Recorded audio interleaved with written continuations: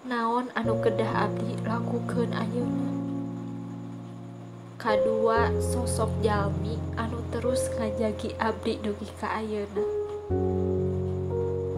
Lamun teu aya aranjeuna, rumaos meureun abdi mah moal bakal hirup di dunia ieu. Abdi hoyong ngabahagiakeun aranjeuna, sateu acan abdi atawa aranjeuna teu aya.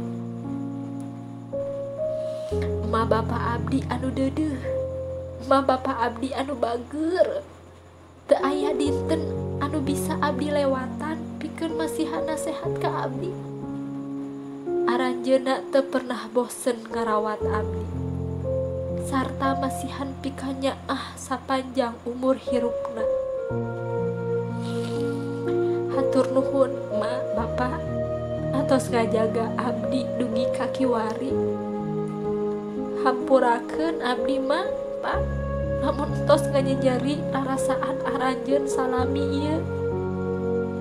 Anugrah ti Gusti pikeun masihkeun pikanyaah ka abdi, pikanyaah ma bapa abdi anu ngabelaan abdi kalawan kanyeri.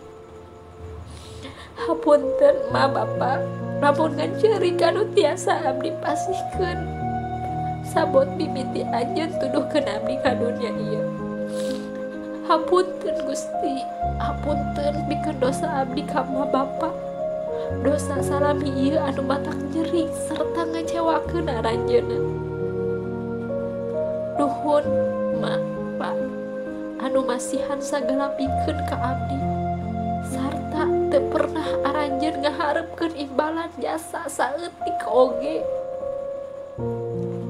Ya Allah, abdi tedahkeun pandangan ieu ka Allah, nedahkeun pikeun ngaharepkeun ka Gusti anu agung. Abdi mohon pang bahagiakeun ma bapa abdi.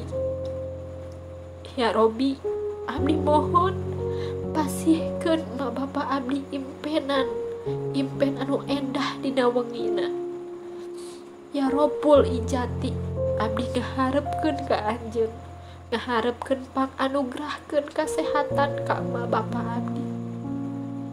Ya Ilahi, abdi haturkeun doa ieu kanggo aranjeuna, pang panjangkeun umur ma bapa abdi, sarta sejahterakeun aranjeuna.